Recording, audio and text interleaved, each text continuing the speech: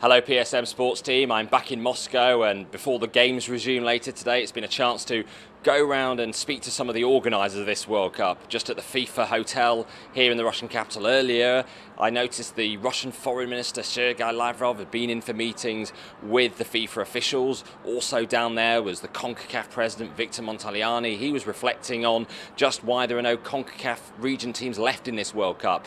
Well, I was in Samara yesterday to see the last of his teams fall. That was Mexico losing to Brazil, and now Brazil goes on towards a quarter-final with Belgium. Belgium were involved in yet another stunning game here at this World Cup, coming from 2-0 down in the second half to beat Japan 3-2. Well, that was a game that might have involved England, but Belgium did beat England to finish top of their group. England are in action here in Moscow today. They're playing Colombia in the last 16, and it was quite intriguing how it came about. England did finish second because it was a game that some said both England and Belgium wanted to lose at the end of the group stage, and both teams basically changed the whole team. Did the gamble pay off? Well, if England don't go on to beat Colombia today to progress in what they see as the easier side of the draw, then there could be some really difficult questions for the England coach Gareth Southgate at his first tournament as a manager.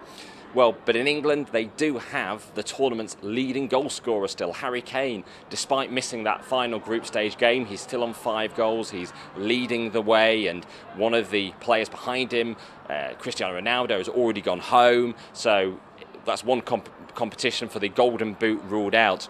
And Kane, though, is going to be coming up against a familiar opponent today in the Colombian side, Davinson Sanchez, his Tottenham Hotspur teammate who plays in the Colombian defence. And Sanchez isn't the only familiar face for English fans of this game. You've also got 2 players who never quite made it in the English Premier League, 2 Colombians who perhaps have a point to prove, both formerly of Chelsea, Cuadrado and indeed Falcao.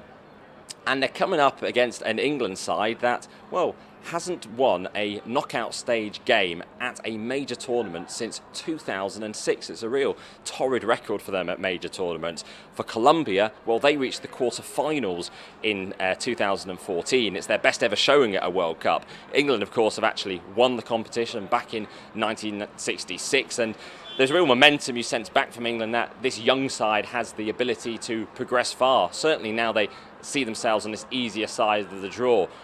What England is up against now in the knockout phase is the thing that is the problem for them so often in major tournaments, where they fall, the penalty shootout. And the England coach Gareth Southgate was memorably involved in one of those at the European Championships in 1996 when he missed the decisive one in the semi-final against Germany. Southgate, though, uses that experience to try to pass on some of his own worst moments in England to players, to hopefully they can overcome the fear of failure, to cope with the difficult moments, the setbacks. And he talks about how he has really recovered his own career and how he has moved on. In fact, here in Moscow at the weekend, I spoke to one of his former Aston Villa teammates, Juan Pablo Angel, who said he always saw in Gareth Southgate that he would have the leadership qualities, the ability to command a dressing room. And Southgate now has the ability, the potential to become the first England manager to lead a national team into a quarter-final at a World Cup since 2006. We'll find out later today, and then England or indeed Colombia will discover who they'll be playing in the quarter-finals. Will it be Sweden or will it be Switzerland? They meet in the second game in earlier today in St. Petersburg. That's all now for the PSM Sports Team from the World Cup in Russia. Hello PSM Sports Team from Moscow, where the last 16 phase of the World Cup draws to a close tonight with England taking on Colombia. The winner of that game will already know who they'll play in the quarter-finals. It will be the victor of the first last 16 game of the day over in St. Petersburg. That's an all-European affair. It sees Sweden take on Switzerland. To many, maybe it's not the most glamorous of fixture in this knockout phase, but when you've lost so many of the big names like Germany, like Argentina and Portugal from this World Cup, it's no surprise in that you do end up with some of the teams who aren't accustomed to progressing far in the tournament suddenly finding a route potentially to the finals. For Sweden, well, they haven't made the last 8 of the World Cup for many years, not since 1994. For the Swiss, they've not progressed to this stage since 1954, but they started this tournament so well by drawing with Brazil. Brazil now, of course, are though through to the quarter-finals.